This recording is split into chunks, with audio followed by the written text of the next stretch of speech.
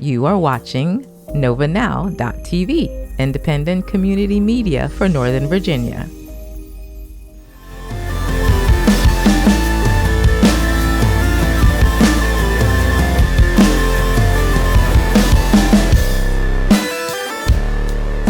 Good afternoon, folks, wherever you may be tuning in from. My name is Sam Ettaro, and welcome to another episode of NovaNow.tv. And today, of course, we are going to continue. I say, of course, because it seems like that's all we do, is talk about education in Nova.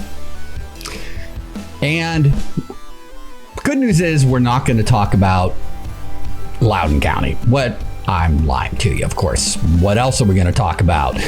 Big news. As you know, unless you have been living under a rock or you simply do not care about the state of education in Nova and indeed in the United States, big happenings in Loudoun County over this past week. First and foremost, embattled school board member Beth Bartz stepped out of the ring. She has decided to put in her resignation and is out of the fight.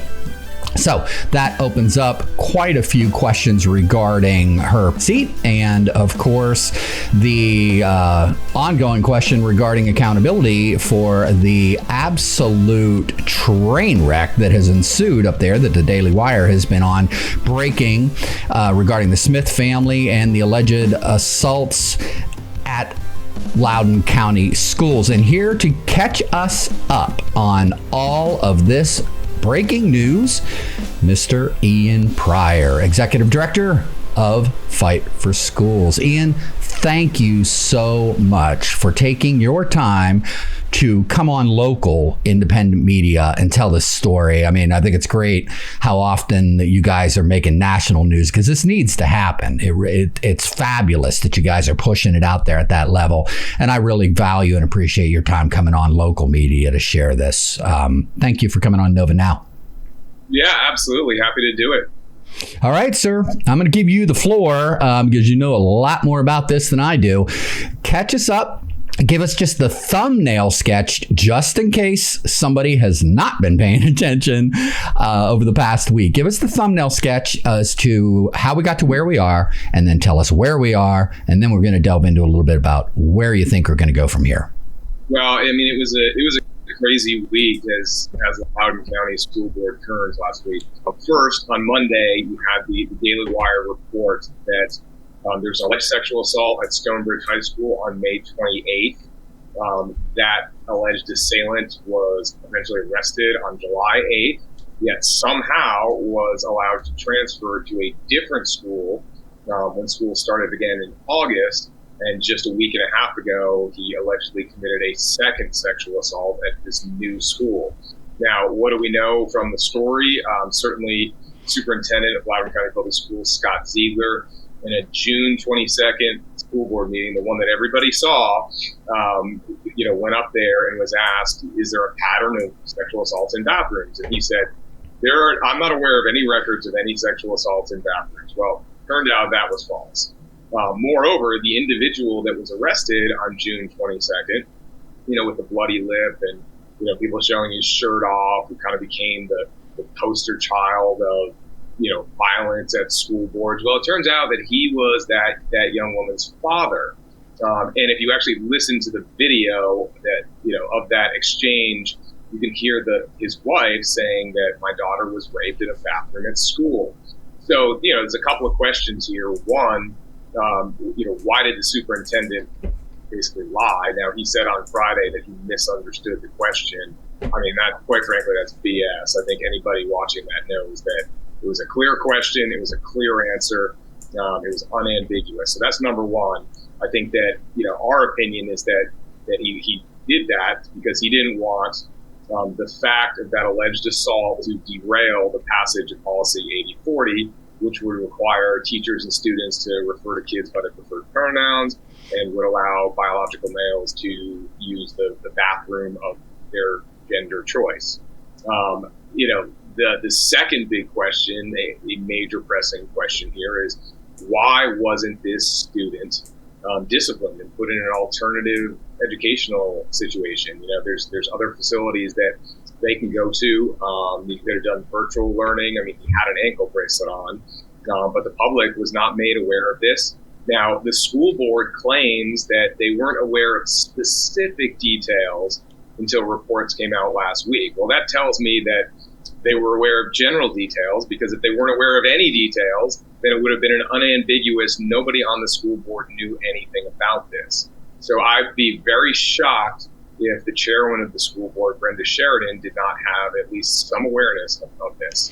So that's the big story. Of course, last Tuesday, there was an open seat, and you had a little bit more drama. The school board appointed somebody by the name of Andrew Hoyler.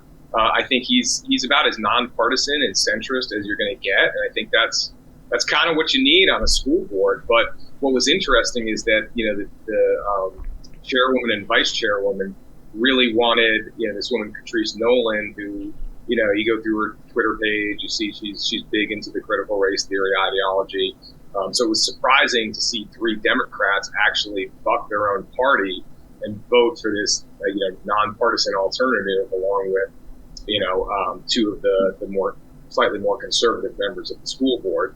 And then finally on Friday, Beth Bartz, who we had filed our removal action in August, that the court just denied her motion to dismiss, granted Fight for Schools' motion to intervene, and appointed an independent prosecutor back in early October.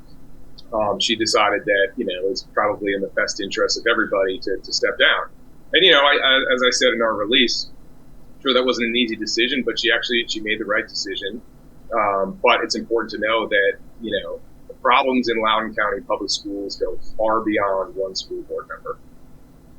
Oh, no doubt about it. And I mean, there's plenty that we could get into in terms of picking apart that whole Barth situation, including her letter that every sentence started with I. It was astonishing to me. There were 0 apologies, no recognition of all on her party to all of this drama, even if indeed she didn't want to accept responsibility for instigating any of it or saying that she was any of the problem. Just to acknowledge it alone shows some level of empathy at a human level that I would have liked to have seen from her, and she didn't acknowledge that at all. And you know what? Frankly, I'm not going to give her any more of my time on this network. So moving on. But it does beg the question: do you have concern regarding the simple fact that now that we have this midterm open seat, do you have concern as to how this may play out in terms of who the board may appoint?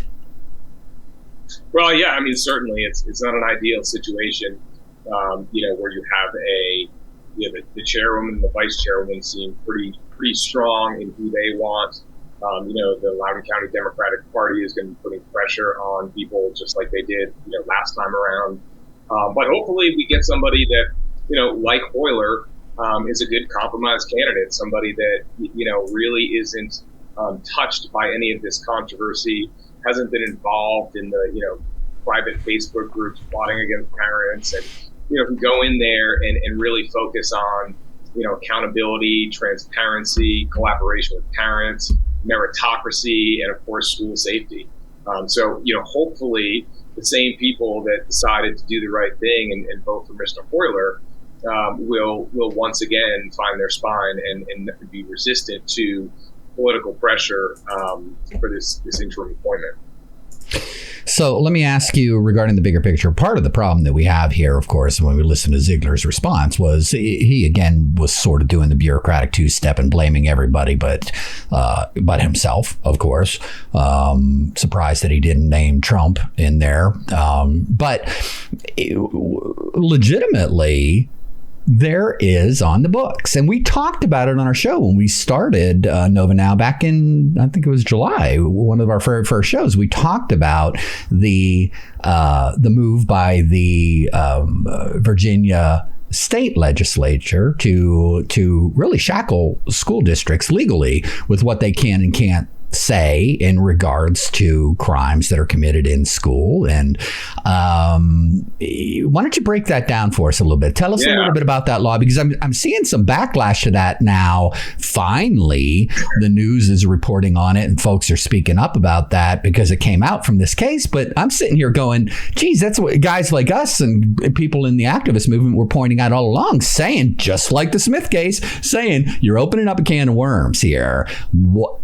How did we even get to that point where nobody addressed it? And now we got this happening where the schools can say, hey, wasn't our fault, blame the state. Yeah, well, there are certain crimes, categories of crimes that the school is not required to report to the sheriff's office.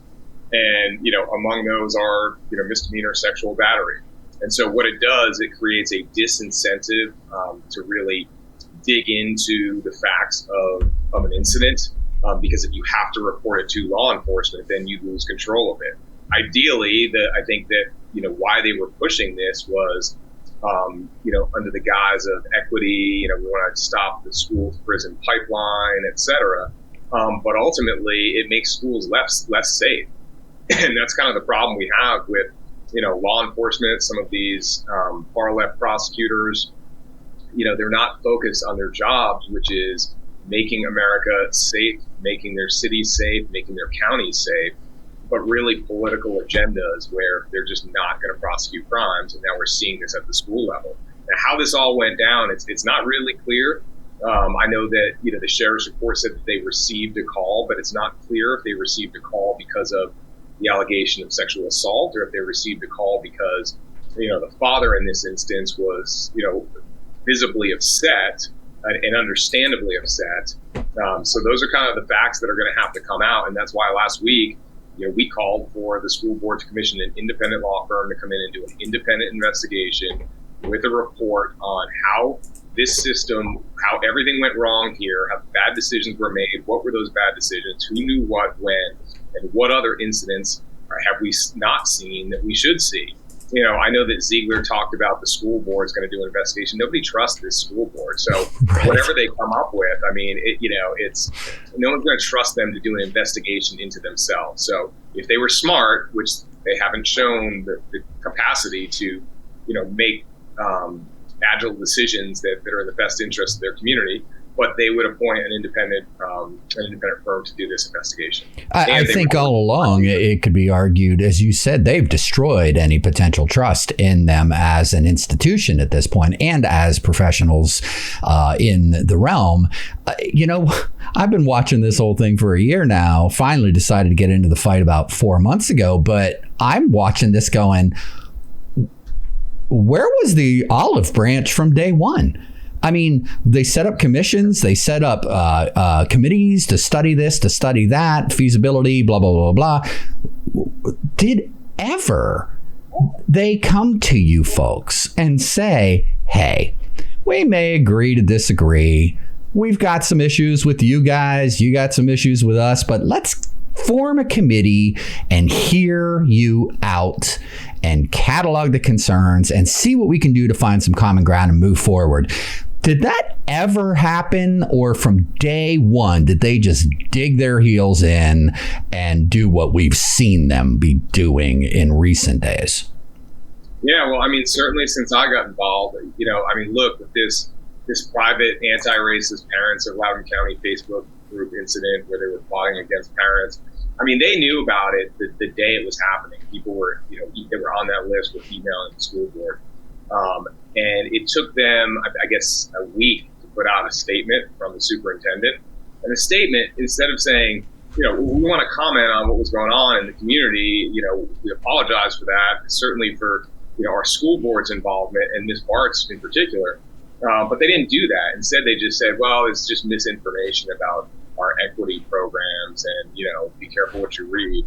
So I think that by not coming out and saying, listen, we take accountability for it, that's ultimately when we decided to go the removal option, because it was clear that they were not holding themselves accountable. And they're showing it again today and this week and since March and even beyond that. They just will refuse to hold any accountability. They refuse to work with the community on compromise and figuring out a policy options that are, at least more tenable and more acceptable to the broad community. Instead, they just want to appease their, political activist friends and special interests that, have their ear. And that's why we're here today. And it's astonishing because they don't even pretend that they're listening. No, you know what I mean? I mean, they don't even try to patch on the head and just, give you a piece of candy to go away and make you feel like you've been listened to. There's a zero attempt. It's just, you know what? You will use the word. It's flat out just hubris and bullying. That's all it is. And it's apparent. We're seeing, you see what we're fighting down here in Fairfax County as well. But you know what? I mean, as we know, this is going on and has been playing out in school districts all across the United States. So God bless you. And what folks like you are doing to fight back and to show some spine in the face of this absolute nonsense. One of the things now that I got you on here too, we went up there and got kind of embroiled in our own bit of drama with the attempt to try to get into the school meeting and cover that. We did a bit of an expose on that and the open meetings law. Let's talk about transparency, because again, had the school district, I believe, been much less disingenuous and much more open and transparent with the public, again, maybe we wouldn't be here. Your thoughts on them closing aspects of the meeting and what we brought to light about the open meetings law and the importance of allowing not just independent press in there, but the public to view a public meeting. Where are we with that? Yeah, well, once again, I mean, the open meetings law requires that people should be able to go in and record and film any aspect of the meeting as long as they're not, blocking or creating a problem. They won't do that. They've taken people's faces off the camera, and now we just look at the school board, which we've got some people doing some digging and looking at some of that school board video, and I think they're going to regret that because there are instances that we're documenting where we've seen some things that are going to lead to some FOIAs that might be interesting. So I don't want to reveal too much. You're going to have to stay tuned for that. But they just didn't want viral moments, right? And they thought that by taking people's faces off the cameras, they wouldn't have those viral, Fox News guests or Twitter speeches that just drew more attention to Loudoun County Public Schools. But this is how they operate. Every single move they make backfires. The first June 22nd meeting that they didn't have the cameras on people's faces, instead of becoming a viral moment, they became trending. This past week, again, no cameras on people's faces, and they're trending, national news. So, somebody's got to get a hold of this school board, this school system, and say, listen, the easiest thing for you all to do is to be respectful to your constituency, to be accountable. If you mess up, say you messed up, say it publicly. People will understand. I can't stress enough that this whole issue with this school system had so many inflection points where they could have dialed down the temperature. I said it a million times at school board meetings, how they could dial down the temperature, and they just chose not to do it. Yeah, it has been astonishing. Another astonishing moment. Actually, I should say, I wasn't astonished at all. The lady, she was standing right next to me when I was filming your press conference for you, doing that webcast. That was just a few days ago, right? Like a couple days ago now. And the lady that she said she was acting on her own account, on her own accord, but she was there she was with the organization Loudoun County Democrats, and of course, they issued a statement that I thought. I mean, it was just absurd again, but not shocking. And you really, I got to say, Ian, you really have been very gracious in your responses this week. Just short, right to the point. Let's move forward. Do you have any more to say for our viewers regarding Ziegler's comments and, of course, the Loudoun County Democrats' attempt to do what they always do, which is just deflect and not stick to the issues and accuse you all of propping up and hiding behind children to advance a political gain, which frankly seems quite a bit hypocritical in terms of a charge coming from them. Yeah, no, it's interesting because back in March, I had this great idea on how to impact the political election. It was going to be 8 months down the road, and it was to have, some angry, intolerant people put a bunch of us on a blacklist to plot against us, and it all worked out, right? I actually got them to do that. And so you're to blame. You gave him this idea. Yeah, it's all our fault. Here's your fascist 101 playbook, children. Let's show you. Step 1: get everybody into one big group. Yeah. Wow. I mean, for Star Wars fans out there, it's very Emperor Palpatine. Sure it is. I definitely don't have that kind of skill, but I think that whatever, they're going to say what they want to say. Don't really care that much. They're out there saying that, we're encouraging violence. I mean, we've never done that. I've given several press conferences where I've said, listen, don't send nasty emails, don't send threatening emails, don't do anything that you wouldn't look back on and say, I was proud of what I did. I acted within my rights to advocate for my children, sure, their schools, a more tolerant society and school system. So, they can say what they want to say. It is what it is. But as far as Ziegler, it's amusing that he's out there blaming Title IX and saying, well, our hands are tied because of Title IX. But here's all the things we're going to do now so that this doesn't happen again. It's like, well, okay, which is it? Are your hands tied by Title IX, or are you able to do things now? Because if you're able to do things now, well, then you could have done them 2 months ago. What changed in the 40 seconds after that Daily Wire article broke that you couldn't have done the 3 days before? What changed was that they got caught, right? They got exactly. They got caught trying to hide something because they knew it was going to derail, their political agenda. And, right. What they should have done is hold off on that vote. Let the facts come out. If the alleged assailant gets convicted, then they can disclose that there was a conviction, and then we can have a more fulsome discussion on, how do you have this policy with bathroom safety in place since you don't seem to have that under control? And if the kid wasn't convicted, well then, maybe there's nothing there, but you can at least delay the vote and get some more stakeholder input other than just people coming and talking for 1 minute overwhelmingly against the policy.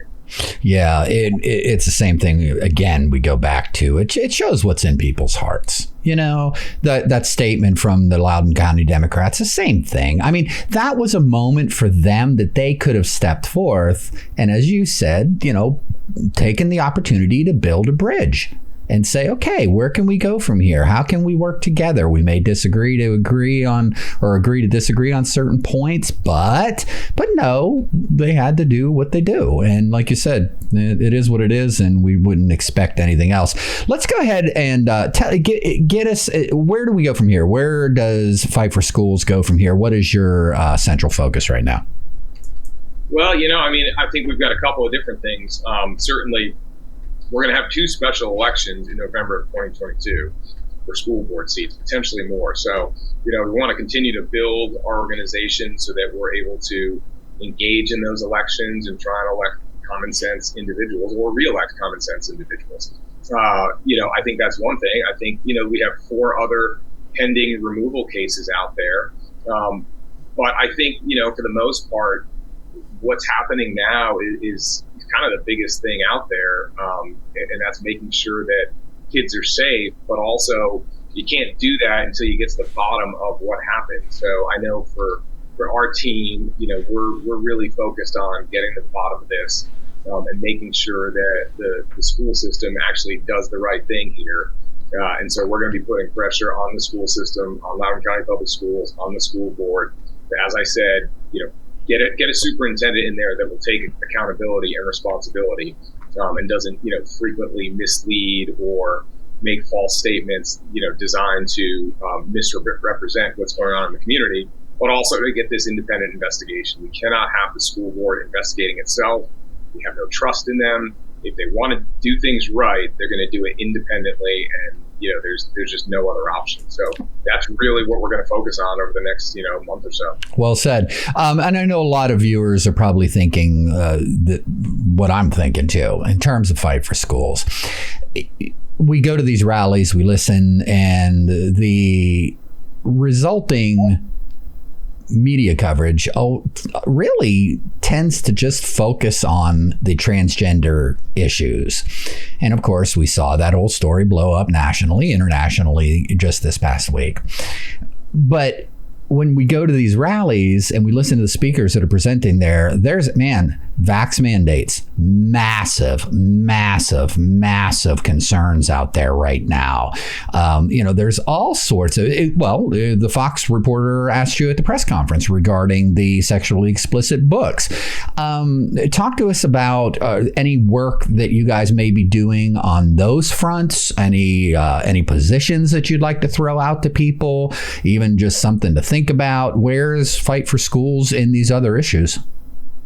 Well, there are a lot of issues out there. And unfortunately, we're not a massive organization, despite what, some like to think, that we have, millions of dollars and, this big dark money organization. All our fundraising reports are publicly filed.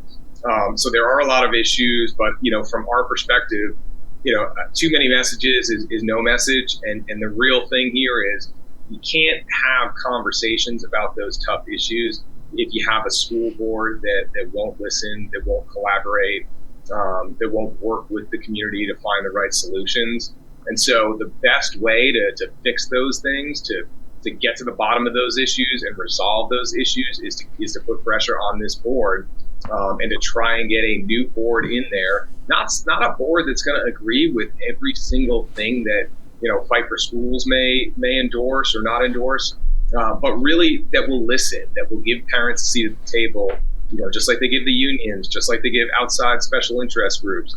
They need to give parent representatives a seat at the table. And I know, people say, well, you elect the school board. Yeah, well, we elect the school board for 4-year terms. This school board has not just failed, they've misused their office, they've neglected their duty, they've been incompetent. Those are grounds for removal. So just because you elect somebody, as we've seen at the federal level, does not mean that there aren't legal avenues to try and make changes. And I think that's the best way to get these policies to a place where people, the broad community can agree, as opposed to one sliver of the community. And that's to have a school board that will listen, that will work with the community, and then won't just have their heads in the sand when they don't want to hear what other people have to say. Outstanding. One last question for you, and then we'll let you go. And again, I value and appreciate your time. Of course, this whole chilling effect that took place with the Department of Justice, we saw that play out. Concerns regarding conflicts of interest with Merrick Garland's family, the data mining operations that are taking place in tens of thousands of school districts, guised as SEL. Man, oh man. I mean, this has gotten to be absurdly Orwellian. We saw a protest, first of its kind, from what I understand, of parents. I went down there and covered it. Our friends Elizabeth Schultz and Asra Namani leading some parents down there at the DOJ in DC yesterday. I'm hoping we see more and more and more of that. It was encouraging to see parents come out. I want you to look into the camera and really, as a man that has dedicated so much and leading this volunteer organization, it takes a lot to do this. And it takes sacrifice to do this. I want you to deliver a message to our viewers that may be with us in spirit, but they're sitting on the fence right now and they're going, man, I want to go and speak at my school board meeting, but I don't want to end up on an FBI checklist. What message are you going to have for an American that might be feeling that tonight? I think my message with that DOJ memo is it's all bark and no bite. I mean, they really don't have jurisdiction for the kind of things that they're talking about. I mean, sure, look, if there's some kind of, organization that's operating across state lines that's trying to go in and threaten government officials, yeah, all right, then you have the FBI look at that. But when you have parents going out and giving angry speeches or sending emails to school board members or, putting things on Facebook that, maybe harassing, but really are just advocating against your government. Those things are protected by the First Amendment. They're not illegal. You shouldn't worry about that. I think that the first time that somebody actually tries to prosecute somebody for a school board speech, the Department of Justice and the federal government is going to find themselves in the midst of not just a massive public relations disaster, but serious litigation that I think is going to expose just how political this whole DOJ memo really was. And I'd be surprised if they don't regret that a little bit. That they've gotten a lot of blowback on that. Especially here in Virginia, when you've got a gubernatorial election, for the Biden administration to have that come from the DOJ, it's certainly not helping their candidate. And it's firing parents up even more to continue to go exercise their rights, and to do so in a peaceful way, but a smart way and a strategic way. There's no laws against strategy and tactics to actually make change. So I would say that it's very unlikely that the Department of Justice and the FBI is actually going to do what the NSBA asked them to do. Yeah, I think about that. My wife and I talk about that a lot. There's a lot of bluster from this administration. And again, I go back to use the big B word. Bullying. We see that over and over and over. Whatever happened to we're going to roll out thousands of people to go knocking on doors to get people vaccinated? That whole big campaign, it was bluster. It was talked about to intimidate people, I think, to get moving because they didn't want the bureaucrats knocking on the door. And in some respect, I think that maybe pushed some people down the pike and into their local CVS. But I only bring that back up as an illustration of the federal government exercising only verbally that they are going to expand their reach and give the appearance that they're going to be coming at you, that they're watching you, and then ultimately, as you say, you find out that it's really just smoke and mirrors. I think it's just flat out bullying. And I agree with you. I don't think we're really going to see anything come from that either. And the backlash would be a tsunami. I think American people have had it, and there's no way they're going to stand for that. Yeah, no, I agree. I think that, it is it's a memo designed to chill people, chill their First Amendment rights, get them to stop speaking out. But I don't think it's worked at all. And I think it's only going to backfire, and it's going to make people, one, more likely to go and speak out. And two, they're going to look at this administration and say, well, wait a minute, I thought this was going to be, where everything's back to sort of the middle, and we're not going to have this anger and whatnot. Well, it looks like that's exactly what we have. I mean, we've got outside influences like the NSBA and the big teachers unions basically pushing the Department of Justice to do something, and that's pretty frightening. I mean, it is the top law enforcement department in the land, and for political interest to then basically hijack it to go out there and make people afraid is really just appalling. No, absolutely. Well said. Okay. Ian Pryor, Executive Director for Fight for Schools. Check them out and support them at fightforschools.com. Sir, thank you so much for your time, for everything that you are doing, not just for our local community, not just for Nova, but for Americans all across this great land. You are an example that should be emulated and followed. Thank you for everything you're doing, and thank you for coming on our show tonight. Thanks for having me, Sam. Absolutely, sir. Take care.